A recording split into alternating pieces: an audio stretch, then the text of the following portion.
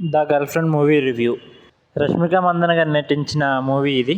Okay, ఈ movie ఎలా అనిపించిందంటే ఓకే గుడ్ మెసేజ్, బట్ చాలా లూప్ హోల్స్ ఉన్నాయి సినిమాలో. ఫస్ట్ వన్, హీరోయిన్ క్యారెక్టరైజేషన్ చాలా వీక్గా రాసుకున్నారు.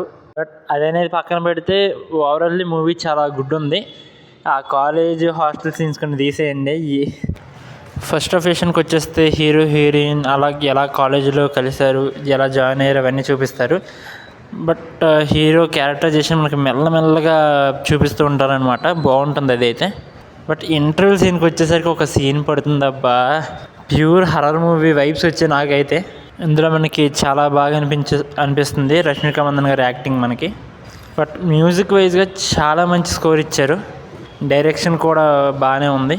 మనకి పెద్ద గుర్తుండిపోయే డైలాగ్స్ పెద్దగా లేవు, బట్ ఉన్న డైలాగ్స్ బాగానే ఉన్నాయి. అండ్ ఇది the girlfriend movie review. And మీరు చూడండి, ఎలా ఉందో చెప్పండి. Okay, bye.